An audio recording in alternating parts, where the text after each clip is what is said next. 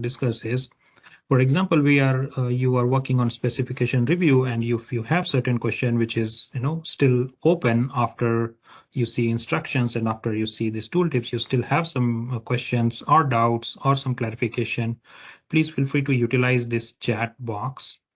So this box is contains the discussion that you keep it, like, can you suggest what to enter in column 1.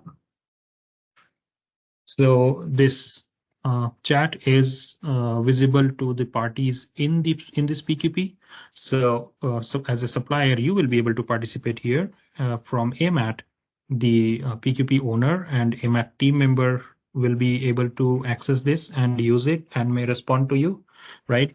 So this chat, another feature is, like, this chat is very compartmentalized. So what I mean to say is, if you go to any other tab, for example, KPC, you will see chat icon again, but this will have the conversation done for KPC. So our whole intention was to not clutter the chat box, and we only do the concerning discussion on these chat boxes. So while you are into KPC, you can talk about KPC, and your discussion is very concise, very specific to the topic. So this discipline is maintained throughout all of these tabs. Just in case you want to talk about the entire PQP, again, it comes up here. You talk about entire PQP in this page. So nothing to remember here, is very obvious. Wherever you are, you can talk about that page on that chat box. So another thing, just want to reiterate, the top gray box that is filled, that's going to be pre-populated for you guys by AMAT Q&R. The only thing you can change, like you said, supply PQP focal. So within your site, you want to reassign somebody else, you can do it. After that, only in the chat box can AMAT put any information. We cannot go into any of those 12 tabs and put the 11 tabs. The PQP tab, yes, we will put the findings, but after that, it's up to you, suppliers, to input the information. We cannot. So today, Devesh is showing he's logged in as a fictitious supplier to show the capability. But in other PQP, in real PQPs, when we assign it to you, we will not be able to enter any of the information like spec, KPC, DFMECA, PFMECA. None of those information we will be able to enter. Only thing we can do is we can put our information in the chat, and the chat is only visible to the PQP initiator from AMAT and anybody else he or she has put in the team. Others will not be able to see the chat information. And also, one thing, when the part is, so in this case, the part is defined as an OEM part. Had it be a build-to-print part, then the design FEMICA would be grayed out. Because we own the designs, we don't expect you guys to do the design FEMICA. But in this case, the example is an OEM part. So you as the supplier would have to input the design FEMICA. Go ahead, Devesh. Right. Thank you, sir.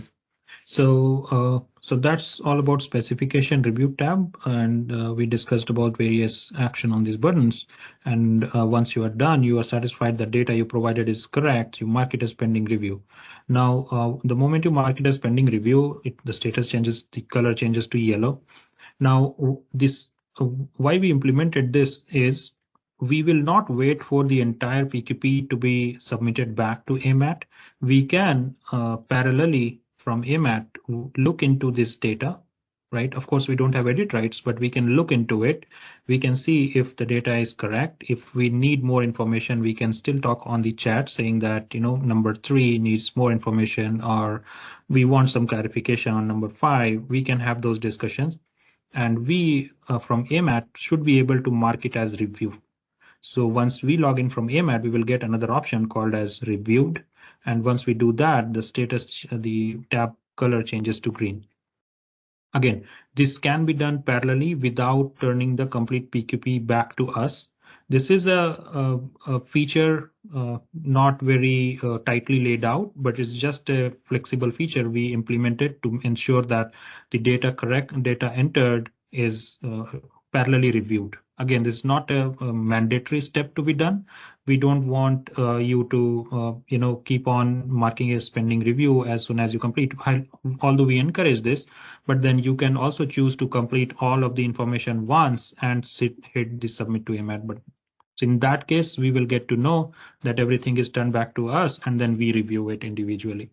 So this is just a flexible feature we implemented so that we reduce to and fro motion of the PQP, and we verify the data parallelly and not wait for the entire PQP to turn back to us. Now, next we'll go to KPC identification. So this tab will mostly be populated through predecessors. It will be pre-populated just in case we don't have predecessor information set up yet. You are required to enter this information. So the tabs here, again, very generic tools, full screen, wrap text, and generic grid features. Plus button, we know what to use. So you click on it, a new row will be created. Pencil icon, again, will give you a form view to enter the details. The header section, which is collapsed by default, you can switch it on. See, it says part number, part description, and various generic details, what we're working about. And again, you have an option to mark it as pending review if you feel that data entered by you is fine and it's good to go. Right. So it also has the instruction tab, as we said that it will be visible on all the tabs that you will navigate, and it will talk about very specifically on the purpose of this page, instructions, and what all things are required as a guideline. Now the KPC, once the KPC details are entered, we expect you to enter the CTQ. So CTQ description and which KPC will be impacted by the control. So we give you an